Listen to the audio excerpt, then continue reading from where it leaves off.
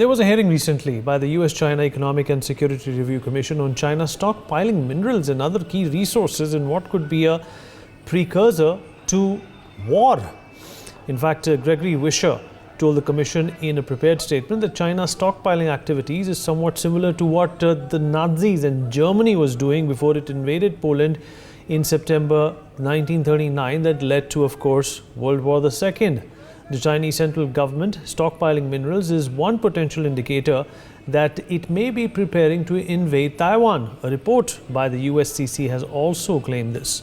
The National Food and Strategic Reserves Administration on overseas China's stockpile, which reportedly contains large volumes of minerals like aluminium, cobalt and copper. Some specific indicators that China may be accumulating this for strategic reasons are, of course, when domestic minerals producers do not face profitability issues. Second is high apparent mineral consumptions relative to real mineral consumption. And third, spiking mineral imports.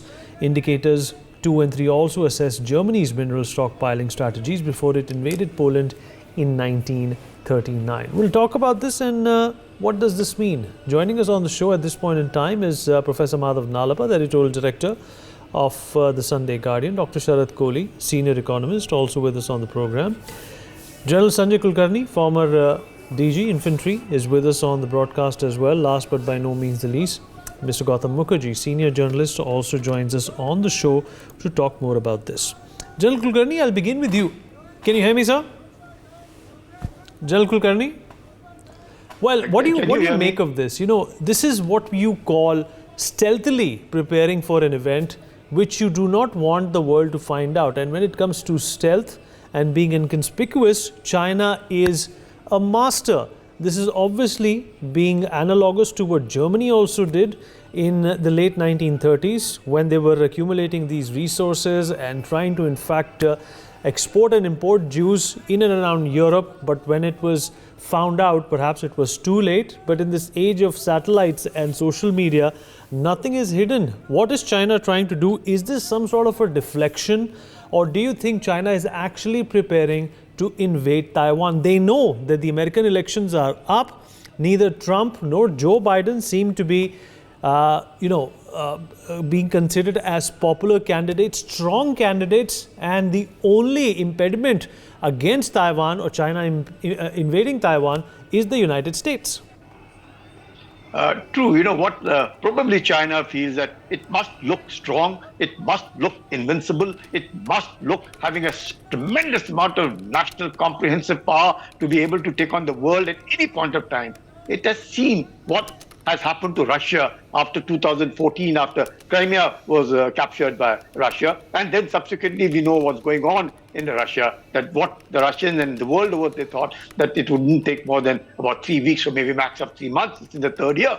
And the kind of sanctions that have been imposed on Russia and the Russian isolation, the Russia managed itself by various alliances and its whole good partnerships with India, China, Iran and all over. But despite that, it now does suffer from a long, the consequences of sanction. So it is aware of all that. It knows that US is in a position which it can, because Chinese depend on export. It's entirely export. Thank God for Russia, it has oil, and therefore it can export oil in whichever manner and it can still sustain. Chinese aren't in that kind of a position. So having seen all that, yes, to a certain extent, we can say that, well, if it intends to sort of invade Taiwan, it will be prepared for those kind of sanctions. It will be prepared to stand on its own and be able to withstand those sanctions. Even if it not be that, and even if it wants to be seen as a country, irrespective of sanctions, irrespective of the kind of world that might just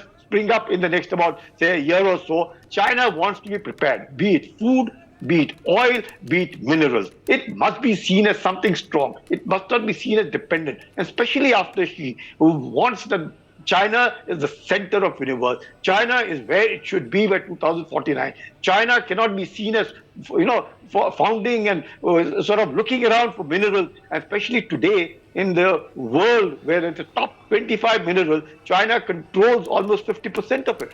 US is dependent on it. So the Chinese would much want USA to be dependent on it rather than being seen China dependent on USA or the Western market for everything that China is today. So in this context, I think it is both ways. Regardless of what it is, I would still say that we must be wary of what the Chinese are doing because China can't be trusted. But if it has to invade Taiwan, then China must win. If it loses, that's the end of China, the downfall of China. China wouldn't want to lose. And therefore, in this situation where it is not as yet very confident of winning the war, if it invades Taiwan, but it knows very well an attempt to it, the sanctions which have already started. After 2018, China is definitely in the back foot, the kind of sanctions that the Americans are imposing. And therefore, I think the Chinese are preparing and want to be seen as not totally dependent, be it even the financial crisis, the way the Chinese have gone along, having ASEAN +3, how it is building up its reserves, how it sees itself pitched against Japan, South Korea, how it sees itself as China. And therefore, you see how it is trying to throw its weight in the South China Sea. All of it is trying to give and show to the world that China is the center of the universe. China is strong. China can't be browbeaten. China will not be seen as dependent on somebody. And that probably is the reason why, be it minerals, as you rightly said, aluminium, bauxite, cobalt, even it could be soya bean, corn, it can be oil, the way kind of silos that have been prepared over there. So all of it does indicate that something's up Xi's sleeve, and China, since it can't be trusted, you really don't know what China is up to. Yeah, Vinay.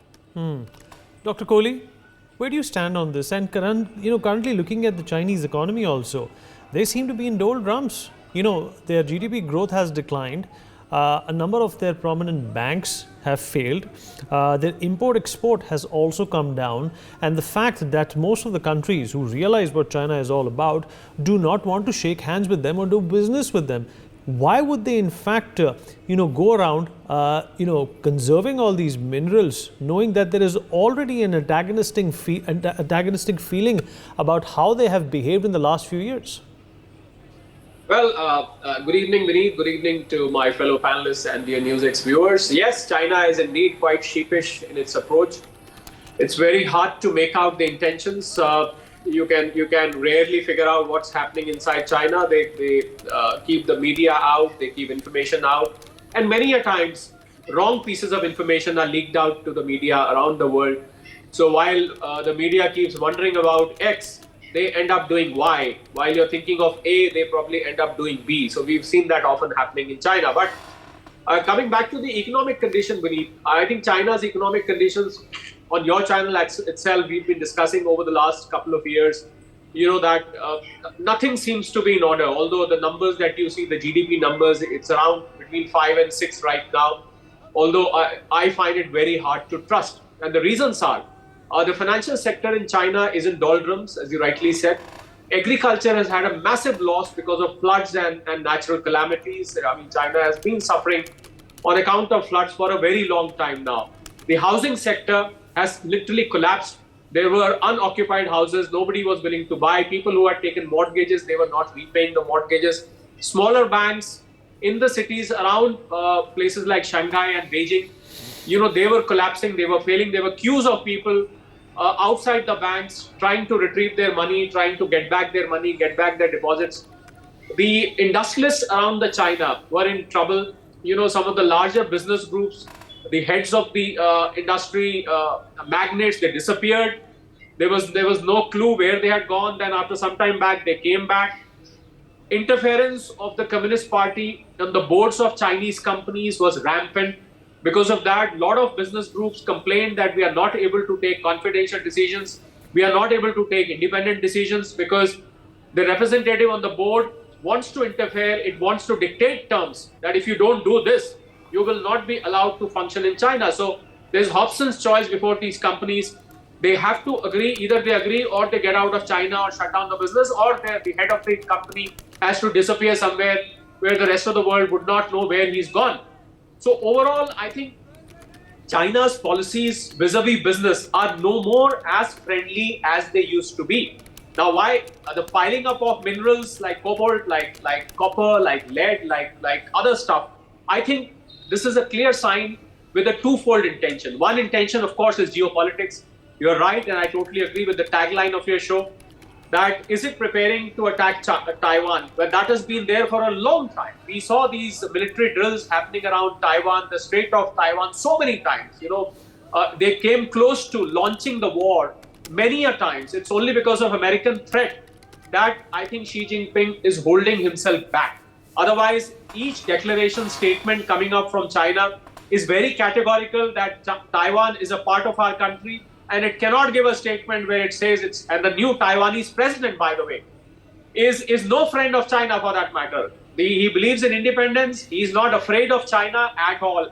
But I think the forthcoming elections in America in the month of November, and now with the two candidates in the American election, one is facing court charges. The second one is facing age-related issues, although both, they are not very different from each other. They're only 3 years age difference from each other. But President Joe Biden is under pressure now to step down as a candidate. So I think China is very closely observing what's happening in America, because America goes into the election mode on a full-fledged basis. I think it will need a lot of effort for America to come and save Taiwan in case of a Chinese invasion. So I think accumulation of these minerals is geopolitics being one reason. Second reason, of course, is that China, as the panelists before me spoke, that yes, that is correct, because they want to pile up this stock and they want to hold back the supplies to be able to regulate the prices. All these minerals are important minerals. They are needed in industries, they are needed in defense, they are needed for manufacturing of electronics, they are needed for manufacturing of automobiles, they are needed for manufacturing of batteries. So just about anything which is important for you in life, you need some or the other mineral or a combination of them for that matter. So it is trying to control the stock of these minerals so that when the time comes, they are able to bargain, they are able to dictate terms in terms of the international trade. We also have to mention here, Vineet, that China has been piling up massively gold. The Chinese central bank has been accumulating gold for the last 2 years. And when a nation accumulates gold, you have a clear intention that there is a war in some corner of your mind at some point. Although I have a feeling as an economist that gold will become the next standard for determining the currency value instead of the US dollar, which currently holds supremacy in the world of international trade. But gold, I feel, in the next few years, in not too distant future, you will see that gold becomes the new standard as far as international trade and international dealings are concerned. So China is conscious of the fact. I think Chinese plans are very clear. All its neighbors are frustrated, including India. It tries to occupy territories of practically all the neighbors. There's not a single neighbor of China who China has not tried to show that, sorry, this is the piece of land of your country which we own.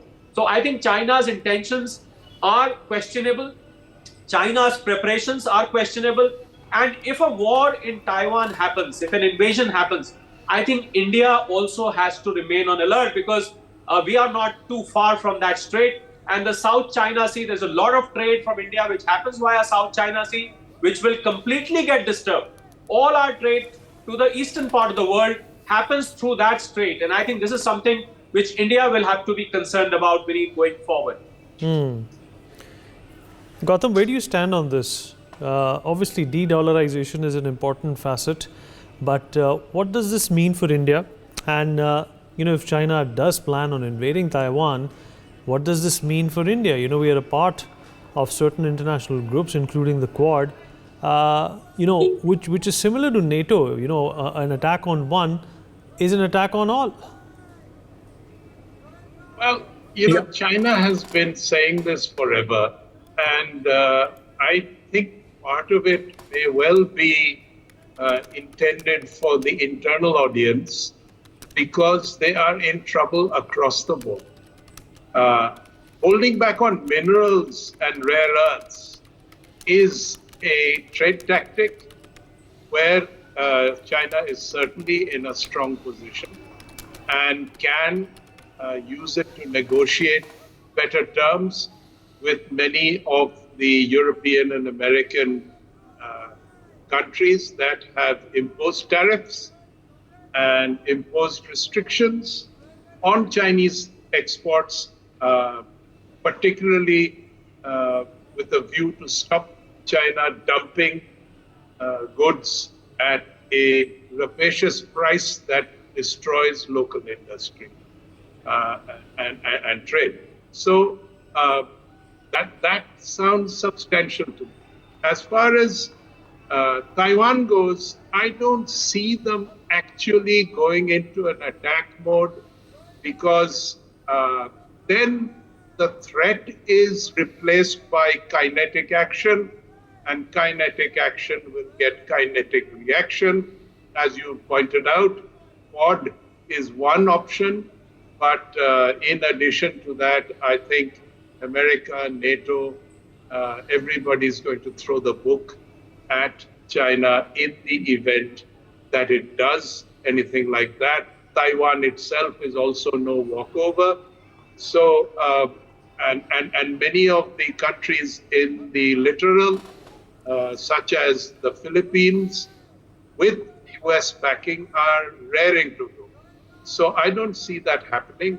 But the other thing is that China is in a lot of internal trouble. Apart from the economy weakening in multiple areas, they've had to sack two of their generals for corruption recently. There's a constant consolidation going on for the last couple of years. Iran, their ally in the Middle East and if you like, a linchpin in their strategy, is shifting. It is partially coming towards India and Russia, and with, if you like, the tacit blessings of the United States, because to get Iran out of Chinese clutches is a geostrategic requirement to curb the Houthi, the Hezbollah, the Hamas, and general unrest in the Middle East.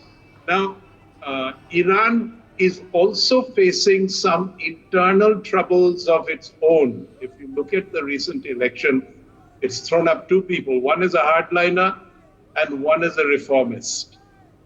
This president that they elect, now the second round is happening, is the next man from the top. Now, Khamenei is in his 80s. The chances of internal change in Iran are looking promising, because I think there's a lot of discontent with the way the Ayatollahs have been running the country and the sufferings it has brought to the ordinary people.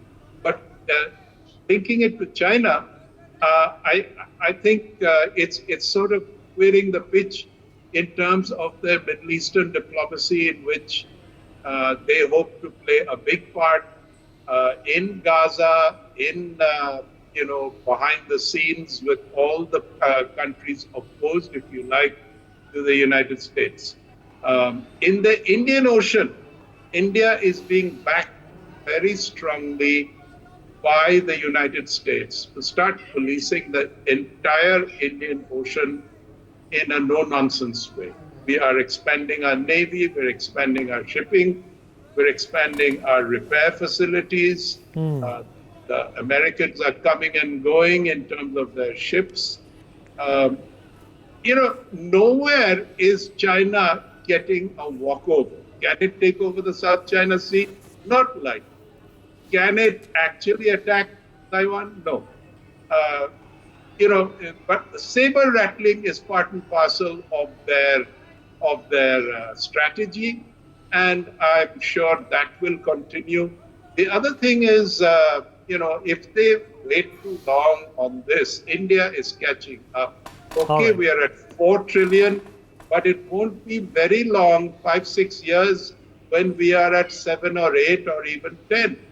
Now, when that happens, the gap narrows, the opportunity to bully India militarily is fading by the day.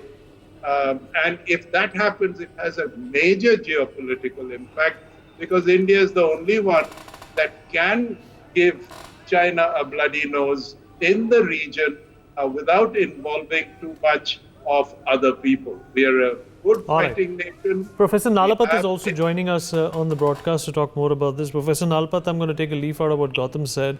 China stocking up all these minerals. Is this an indication or a precursor towards their plans to invade and attack Taiwan? Or do you think China, as we all are accustomed to, is basically indulging once again in saber rattling?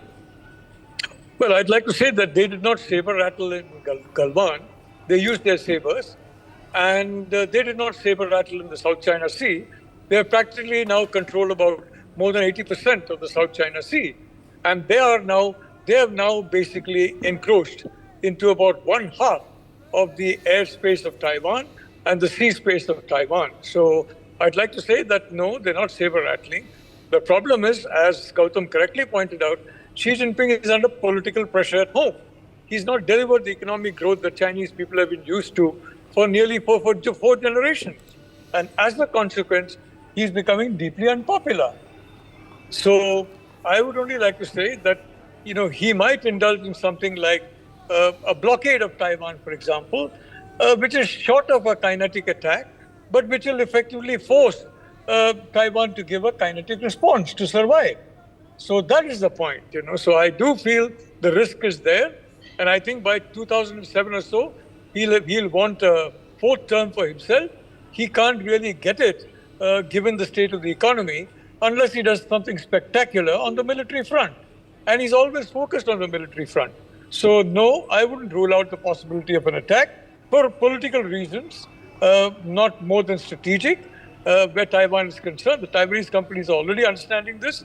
They're moving out of China. Many of them are moving into India. And I'd like to say the rest of the world is understanding this also, which is why, frankly, that, there is so much of planning, if I may say so, that would create plans in case of a contingency where there is a chokehold over Taiwan, a naval chokehold, and that basically prevents Taiwan from importing most of the material it needs. So I would like to say the danger is real. India has very much got the same interest as Australia, Japan, South Korea, and other countries in ensuring a free, open, and inclusive Indo-Pacific. And should that happen, India will need to calibrate an effective response as well, because if Taiwan is affected, it will affect technology all over the world, and and that is something that could hurt India as well. Thank you. You're absolutely right. And General Kulkarni, quick closing comments from all of us, starting with General Kulkarni. What does this mean for India, and how can we be in a position that insulates us from whatever China is doing or perhaps intends to do in the next few months? See, Vinit, I would say, Xi Jinping positively on the back foot, knowing what the world is, looking like today, unable to decide which way it would finally move into.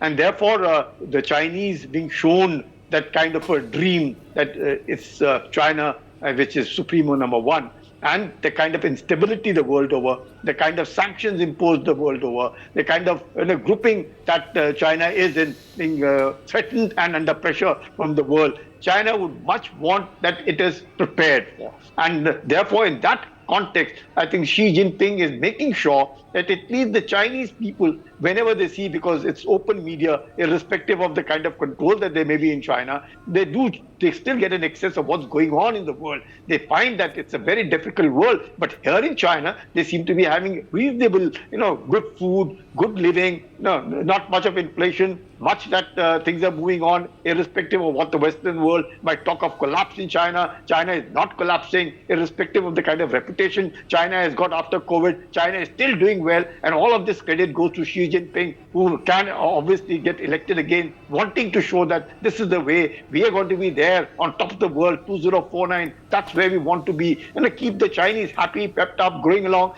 and at the same time ensure that the supply chain is maintained and controlled by China. Because irrespective, because obviously the Americans themselves are under pressure. You see American involvement in the Middle East, you see American involvement in Europe, in Ukraine, and thereafter subsequently, and the kind of America can't afford to give a free hand to China. In that context, China is aware of its own kind of problems. It knows its limitations. It knows how much it can do in South China Sea, how much it can even act in the East China Sea. It knows its limitations, but it wants to show that it is very strong, it's very invincible, it's the center of the universe, and that's where the Chinese want to be and are, and that's where she's taking them. And so all that kind of propaganda, and at the same time, should a situation arise that it can do anything quickly and be able to do it fast without showing it and a victory.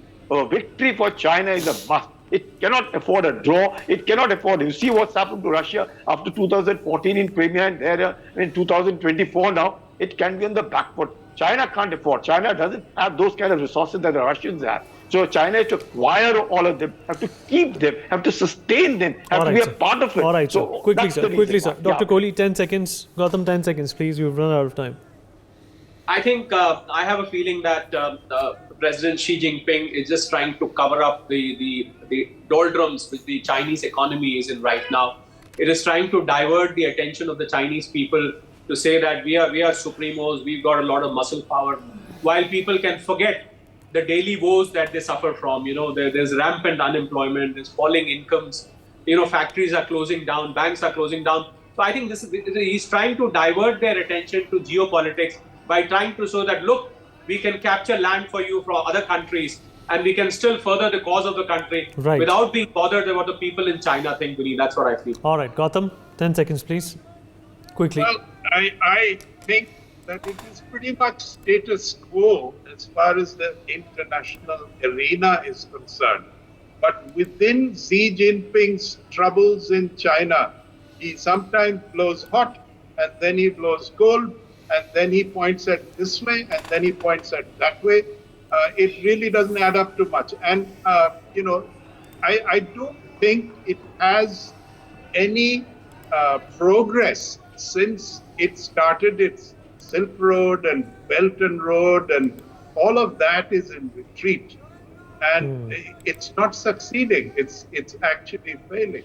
All right. On that note, we're going to dip into a short break. Would like to thank all my guests for being a part of this conversation. We'll be right back.